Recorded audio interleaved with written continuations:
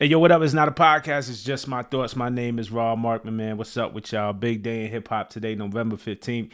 Kendrick Lamar drops the album everybody's been waiting for, but nobody knew anything about. Surprise album. We didn't know the release date. We didn't know when it was dropping. GNX is the album.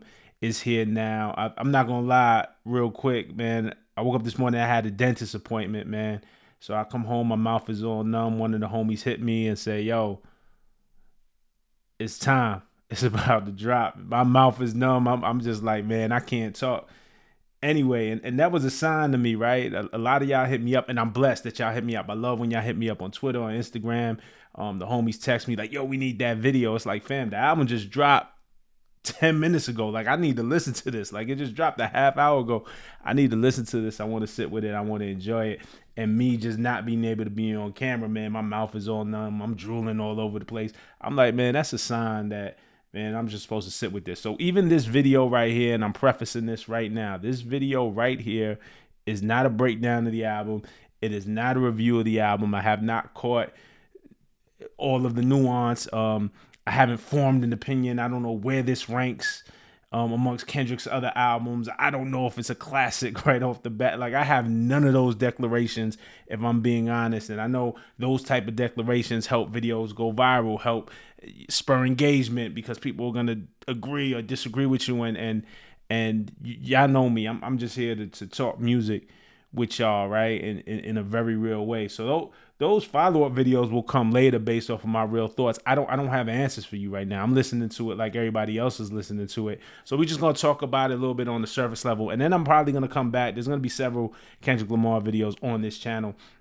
I'm gonna come back and do breakdowns. You know, people were so used to me during the battle, I was doing breakdowns right away, but we're dealing with one song at a time, you know, so it was easier to prepare for those. You know, you can't break down the whole album like that. Plus, it's gonna be a 6-7 hour video. Nobody wants that. I certainly don't want to do that. That's not what I want this channel to become. But we're gonna do this video right now. We're gonna talk about the album, and then there's certain songs I want to break out and have their own separate videos, and we'll treat those like its own separate thought. So stick with me through the rest of the night, through the weekend. I'm not sure the timing yet, but we're gonna go with it. So GNX is the name of the album. Of course, it's a reference to the 19. Well, you know what? Not of course. Let me not do that because I'm not even a supercar guy, right? So some people might not know this, but it is a reference to the 1987 Buick GNX. That's the Grand National Experimental. It's a rare coupe. And actually, a fun fact that it beat the Ferrari in the quarter mile run by 0.3 of a second, or something to that effect. So GNX is a reference to the car. We've seen it in the video. Kendrick references it a couple of times on the album. It's just some things I noticed right off the bat. First of all, we got 12 tracks. Lowercase album titles on this, as opposed to the all cap album titles that we got on Damn. Damn was all caps. This is all lowercase. And then on the rest of the Kendrick albums, if we're not counting Untitled, the capitalization of each song was regular, right? Just like how you would regular capitalize each song. But this is all lowercase across 12 tracks. And I wonder, you know, again, we know Kendrick is very intentional. If there's an intention with that does this somehow say something in relation to this album? And Damn could also just be Kendrick liked how I look aesthetically. Dave Free, you know, the PG Lang crew liked just how all lowercase looked aesthetically, and that's what they went with. I'm not sure, but the fact is it's all lowercase. You know, another thing that I noticed, I mean, lots of upcoming LA artists on here. Dodie Six, Wiley the Sensei, Hitter J3, Peso, Young Threat, Lefty Gunplay, a few others for sure. And you know, the narrative was that Kendrick doesn't put on for the West Coast, and man, I think all that is bullshit. Look, man, the battle is over. It definitely gets addressed in reference here. We'll talk about it, but I'm going into this album. When I press play, I'm just like, what is he talking about? I want to enjoy the music. I'm not necessarily looking for a continuation of the battle. My Jones to see two of the biggest rappers compete have been satisfied already. Now, if Kendrick, whatever Kendrick says, we're going to address it and we'll go from there. But I'm not looking to do this back and forth. I was on Twitter and I was just like, yo, I'm not going to argue with you guys. All right. So we have joints though. So it starts off with Whacked Out Murals. Crazy intro. I thought, and I'm gonna break this down. This is gonna be a song that I break down fully. So there's gonna be a whole whacked out murals video. That'll probably be the very next video that you see, right? But he said yesterday somebody whacked out my mural, and in reference to about a month ago, maybe it was September, a mural, Kendrick Lamar mural was vandalized. You know what I'm saying? So yesterday somebody whacked out my mural. So we know that he's been working on this album for a minute, and then so we also know that this song is pretty new, right? And in it, again, he references the GNX right in the intro. So riding in my GNX with Anita Baker and the tape deck is gonna be sweet love. Fuck apologies. I want to see y'all geeked up. So the GNX gets mentioned a couple of times in here. On Whacked Out Murals, he's definitely addressing the battle between him and Drake and the industry reaction, the size that people took. And we'll get into that. I'm going to do a whole other video breaking that down. That'll be the next video, I promise you. He addresses Drake putting money out there for info on Kendrick. That was something that we knew. We know that's something that Drake does. Pusha T has said something similar to that effect, but he addresses Drake putting money out there for info on Kendrick. And then, again, just talking about, he's like naming names. Like, there's a line about Snoop in here. That's not necessarily a diss at all. Like, I'm not saying he's dissing Snoop, but Dot is speaking very openly about things. So we're going to go into that. Remember when I said, in one at the beginning of the battle, I said that I believed, and this was just my belief, that Kendrick was entering his villain era. I said this during the battle in one of those videos. I don't know if that was exactly right. I don't know if we can call this a villain album, right? But I said he was entering his villain era, but if he wouldn't define this as his villain era, if he doesn't say he's a villain on this album, like, I get it. But there's a lot of villainous energy. Or maybe it might even be hero energy, right? But it's a lot of, I don't give a fuck. I will burn all of this shit down in the name of what I believe is right. And I don't care who don't like it type of energy. Now, I guess depending on which side you stand on, that's villain energy. So again, I'm not saying I was right. I was probably a little bit off, but it's a lot of that bravado. Like he is not afraid to be somebody's bad guy right now. There is no appeasement with this, and there never really was with Kendrick, but during the last couple of years it's been even more so. There's no appeasement. I'm standing on what I stand on. If you don't like it, fuck it, then that means you're on the other side, and fuck you too. Like that there's a lot of that energy on this song and on the album. Squabble Up. Squabble Up is the song that was at the beginning of the Not Like Us video, the one that everybody was calling broccoli, at least on the bigger picture, the one that shout out to Jeremy Heck was DMing Kendrick about, and DJ Head and Elliott Wilson in their show over there. So Squabble Up, to me, this is a hit. This is a hit record.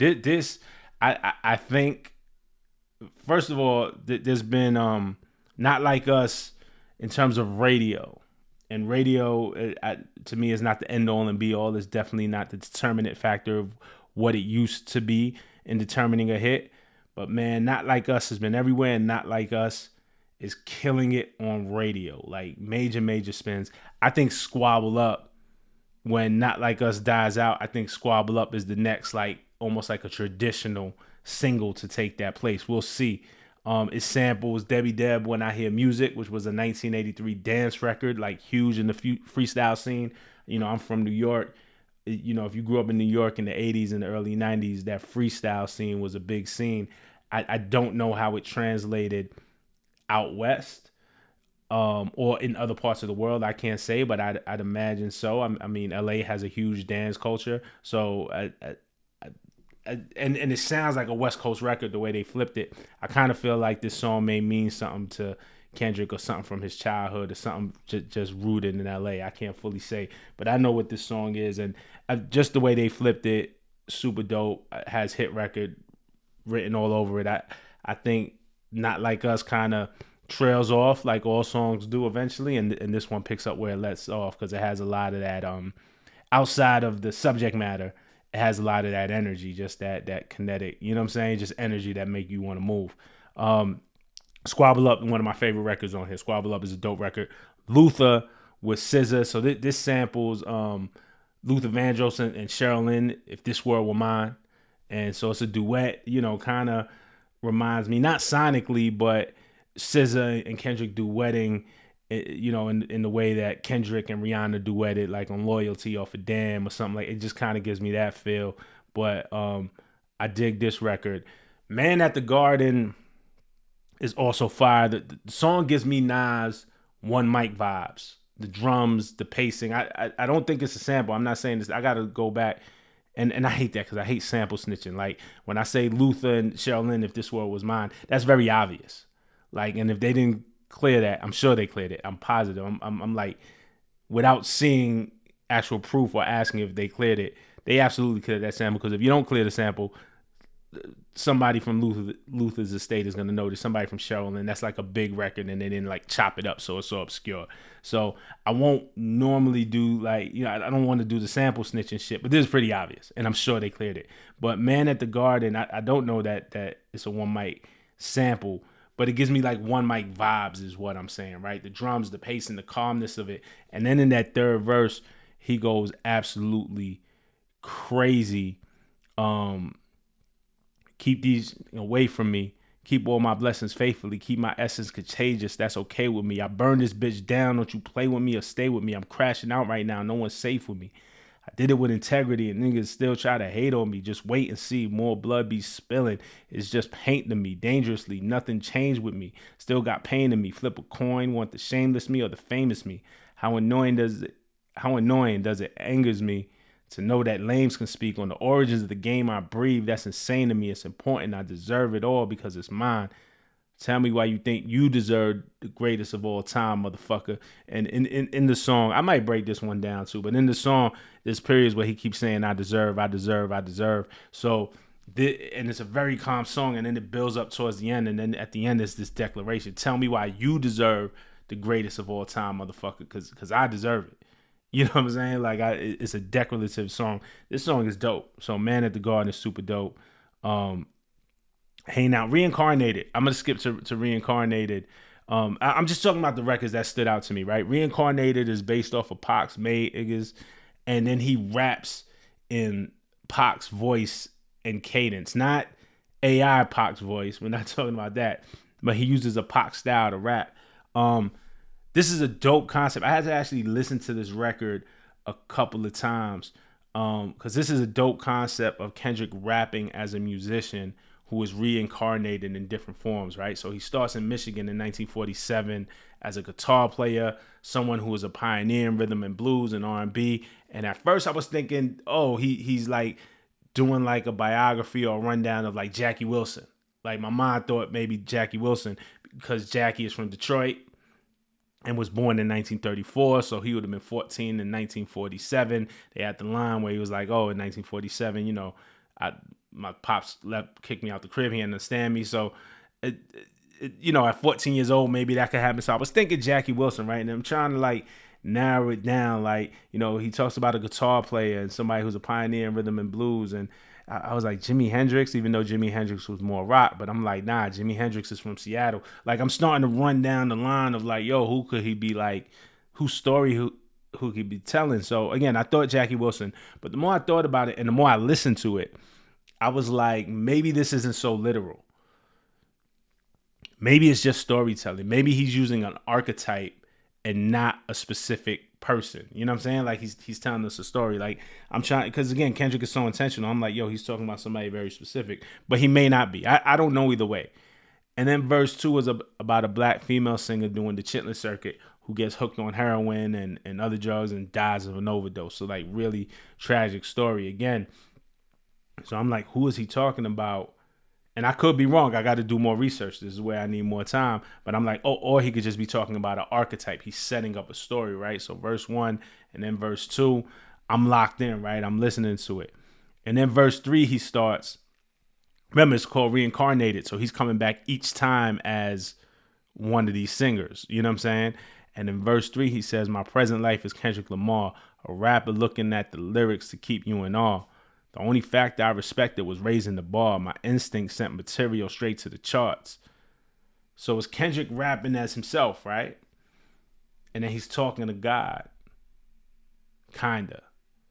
Because he starts referencing his father in the verse, and I'm like, oh, he's talking about his literal dad. And then the more it goes down, I'm like, oh no, he's actually talking about God. And then he's rapping and God is talking back to him, and then having this back and forth. And then he raps about falling out of heaven. And then he references Isaiah 14.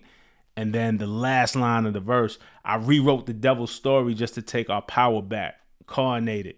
Like, and I still got to sit with the song. Like, and again, this is the danger of these videos, is the danger of these guys getting on here and tell you, yo, I got it all figured out. I'm telling you right now, I don't have it all figured out. And that's part of the enjoyment. But the more I listened to it, the more layers started peeling off of this song. And I'm like, oh, this is actually ill.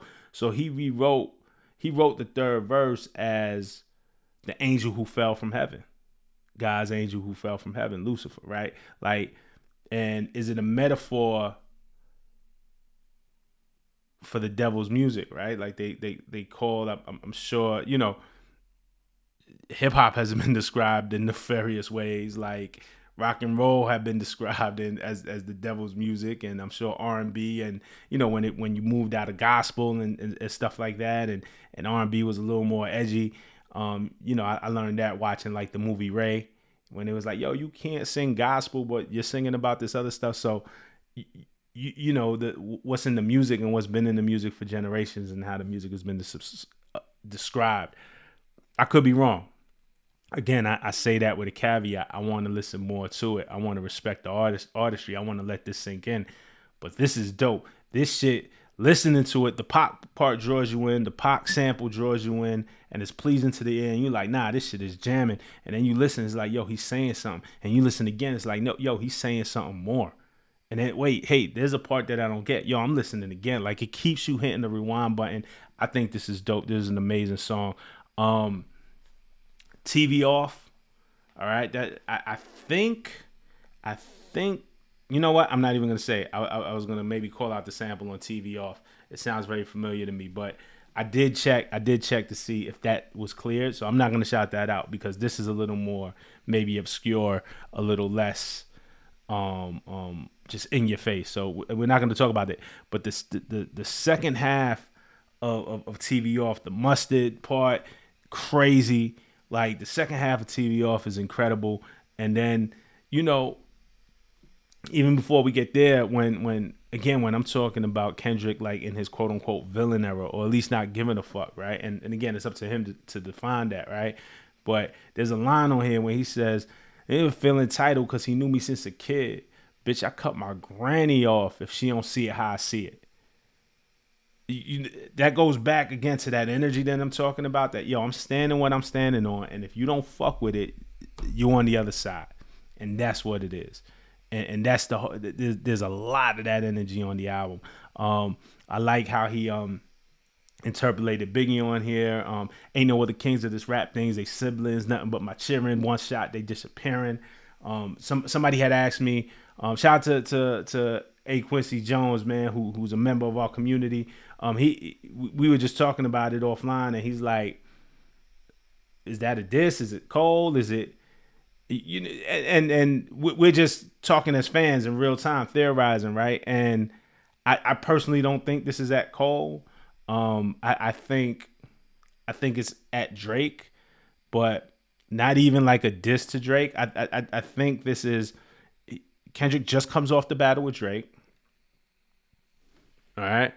And it's really the top two guys now locked in battle. He just comes off the battle with Drake and he wins. So I think it's a declaration. I'm more than a diss. I think it's a declaration.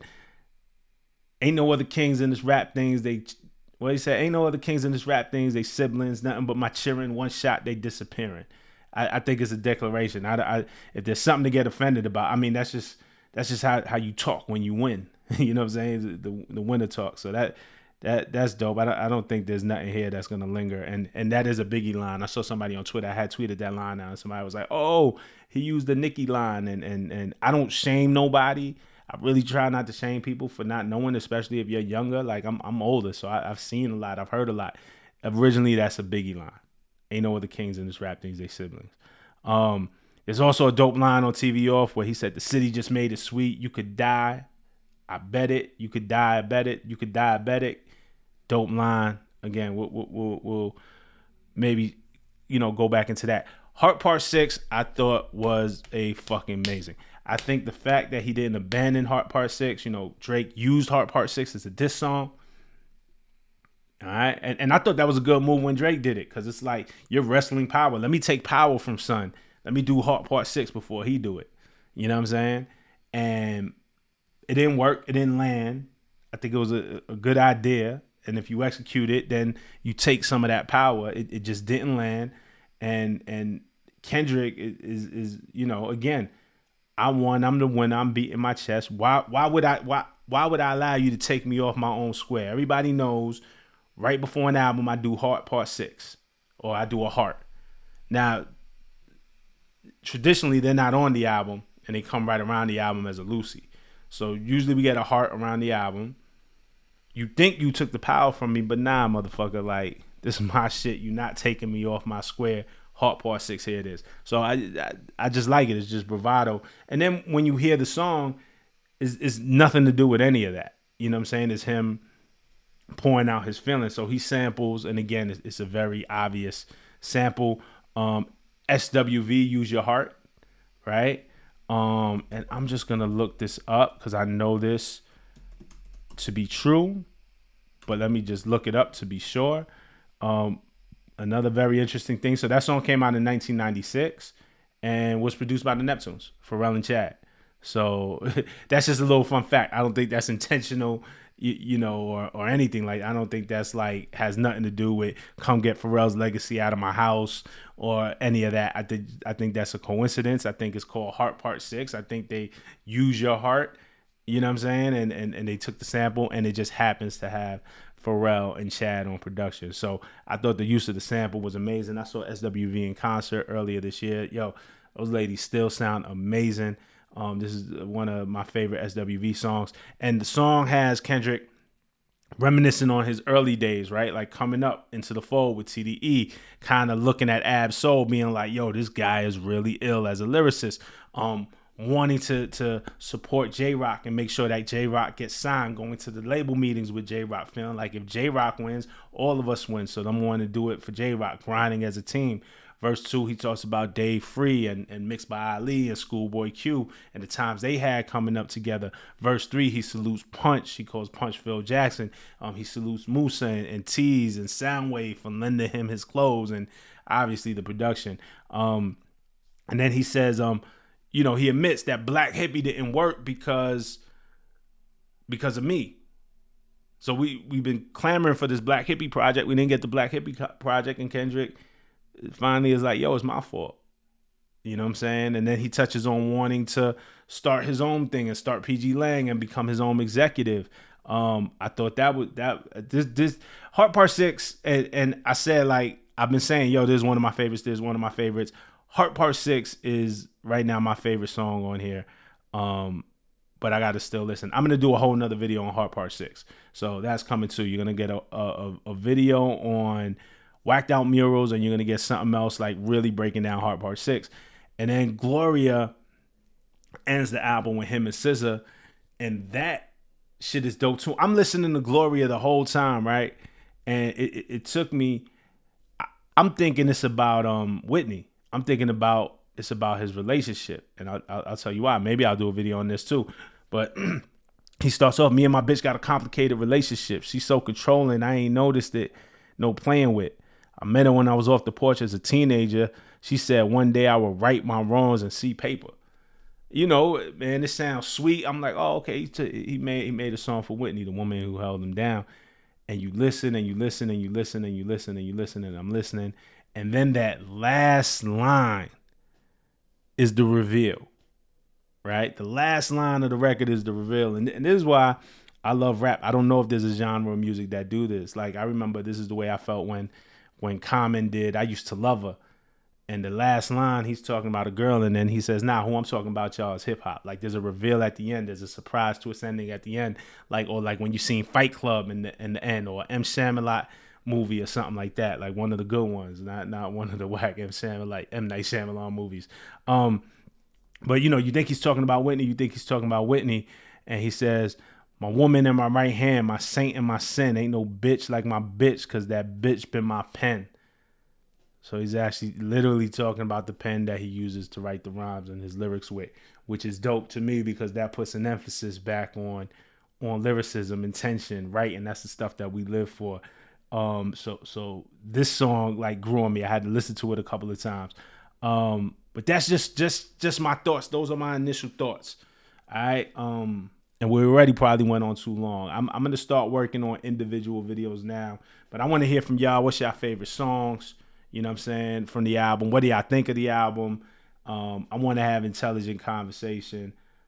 I'll get into the shit with y'all in the comments too, but y'all know me, man. If y'all get too ignorant, man, I'm just gonna dub it. But man, what do y'all think about this album, man? Like, for me, it's fun, man. We got a hip hop album, got from the biggest artist now, one of the biggest artists ever, and that we wasn't expecting today. Woke up this morning, didn't know you was getting a Kendrick Lamar album. Now you got a Kendrick Lamar album. Hit me in the comments, right? Like, subscribe, do all that. And to the next one, I'm gonna keep working. I'm gonna be working all night for y'all. All right, peace.